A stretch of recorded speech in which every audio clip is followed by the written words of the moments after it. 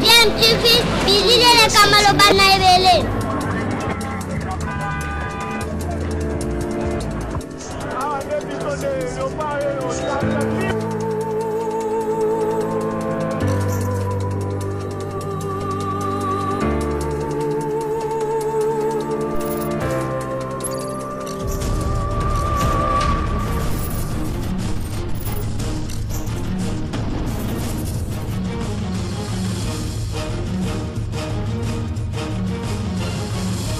DMTV toujours en avant. Sur DMTV, bonjour ou bonsoir, cela dépend de l'heure à laquelle vous nous suivez. Tout plaisir est pour nous de vous retrouver et de savoir que vous êtes nombreux en train de suivre votre chaîne YouTube DMTV. DMTV qui vous propose l'actualité, mais vous propose également des analyses et des réflexions sur des sujets d'actualité, des faits sociaux, tout simplement des réalités que nous observons ici chez nous en République démocratique du Congo. Une soixantaine de corps auraient été repêchés et plus de 300 rescapés dans un naufrage sur le fleuve Congo dans la province du Mai-Ndombe. Une baleinière a fait naufrage, c'était le lundi dernier au niveau du village Longola-Ekoti vers Nkana. Nous sommes dans la province de Mai-Ndombe, une localité située dans la frontière de la province de Mai-Ndombe et la ville-province de Kinshasa. Le bilan provisoire fait état en tout cas d'une soixantaine de corps déjà repêchés de l'eau, de plusieurs disparus et pertes en tout cas en termes de marchandises. La baleinière HB Botalima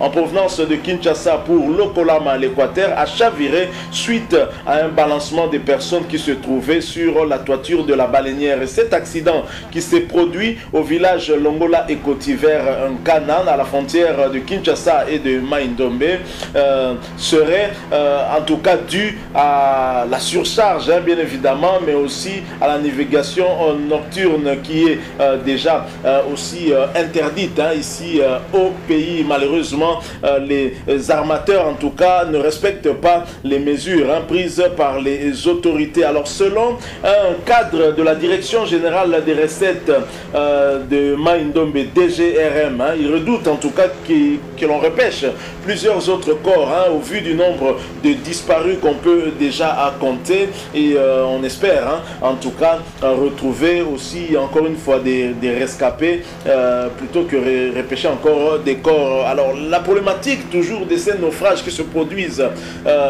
soit au niveau du fleuve ou dans nos lacs, ça soulève toujours cette question de respect des normes de navigation sur le fleuve ou sur le lac. Je pense que le ministre des Transports qui viendra devra en tout cas veiller à ce que de telles choses ne puissent plus se reproduire. Visiblement dans ce pays, nous ne prenons pas en tout cas la mesure des incidents qui se produisent et on ne prend pas des mesures qui doivent permettre en tout cas d'éviter ce genre de catastrophe. Je vous propose de suivre un extrait de cette petite vidéo qui illustre bien ce dont nous parlons. Ensuite, nous allons nous retrouver pour conclure ce sujet par une petite analyse.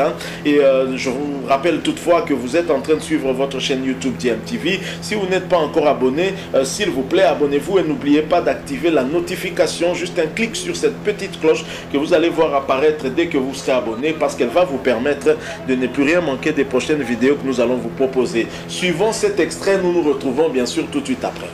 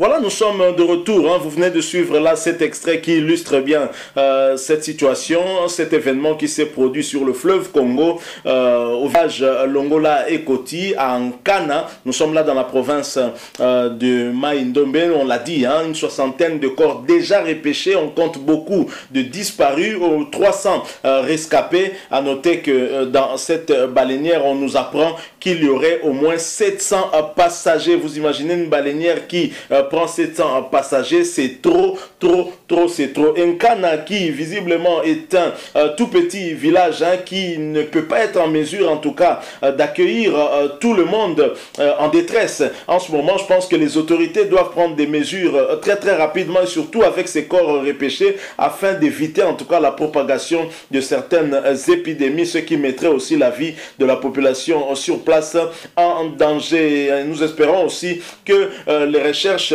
qui doivent continuer permettront de pouvoir sauver encore quelques vies, parce que comme on l'a dit, il y a un certain nombre de disparus. Voilà les causes trop souvent de ces naufrages. C'est aussi un problème de non-respect des armateurs, des mesures prises par le gouvernement, notamment l'interdiction de naviguer la nuit, le soir, étant donné que la visibilité étant réduite. Il y a un problème de balisage aussi du fleuve Congo, et donc le gouvernement a pris des mesures afin que la navigation nocturne soit prohibée, mais trop souvent les armateurs ne respectent pas cela. Aussi le nombre de passagers, il y a la surcharge de leur embarcation, et ce qui met en danger en tout cas tous les passagers qui sont à bord de ces types d'embarcations. Vous savez que les baleinières souvent sont faites en bois et c'est très fragile malheureusement. Donc c'est le cas ici d'interpeller les autorités et surtout le ministre du Transport, celui qui va arriver en tout cas pour mettre en place des mesures qui vont permettre d'encadrer justement des décisions déjà prises après certains cas de naufrage qu'on a eu à connaître ici. Mais pourquoi ça continue toujours à se répéter? Je pense que nous devons beaucoup travailler là-dessus, et Félix Antoine Tshisekedi, bien entendu sous son leadership, doit veiller à ce que le respect des lois soit aussi strict de ce côté-là, tant du côté des armateurs mais également du côté des décideurs qui doivent aussi savoir comment faire respecter ces mesures, notamment déjà en commençant par l'interdiction de la navigation nocturne qui doit être respectée par les armateurs. C'est quand même triste ce qui arrive, mais ça arrive bien trop souvent, et pour cause le non-respect par les armateurs du poids de leur embarcation, mais également aussi de l'heure de navigation, et ce qui favorise ce genre d'incident, ce genre d'accident et des morts qu'on aurait pu vraiment éviter. Voilà, DMTV profite en tout cas de cette occasion que nous avons pour présenter nos condoléances à toutes les familles éprouvées, et que Dieu puisse accueillir leurs âmes. Nous sommes arrivés à la fin, comme vous le constatez en tout cas. Si vous avez aimé, ne manquez pas en tout cas de nous laisser un like, mais surtout partagez avec nous votre point de vue, votre opinion sur ce sujet, en nous laissant en tout cas un commentaire. Merci aussi de vous abonner à cette chaîne DMTV. N'oubliez pas d'activer la notification juste en cliquant sur cette petite cloche que vous voyez apparaître dès que vous êtes abonné, parce qu'elle va vous permettre de ne plus rien manquer de prochaines vidéos que nous allons vous proposer. Encore une fois,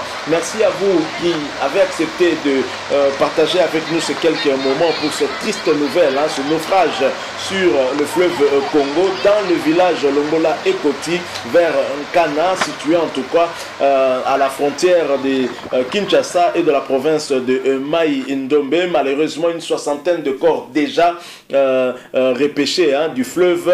Il y a encore beaucoup de disparus, 300 rescapés, et il y avait au moins 700 passagers dans cette baleinière malheureusement. Merci encore une fois, nous espérons vous retrouver très prochainement avec un autre sujet d'actualité. En attendant, portez-vous bien, et DMTV vous dit au revoir.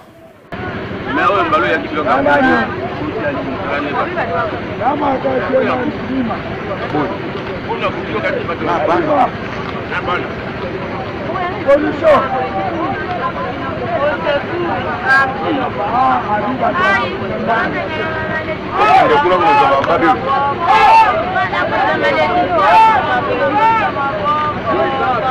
Yali Maël Sanga va faire coucher belé.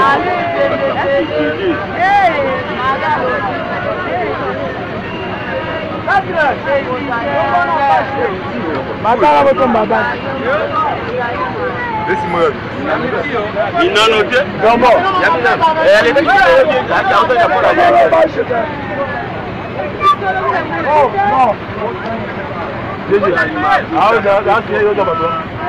non.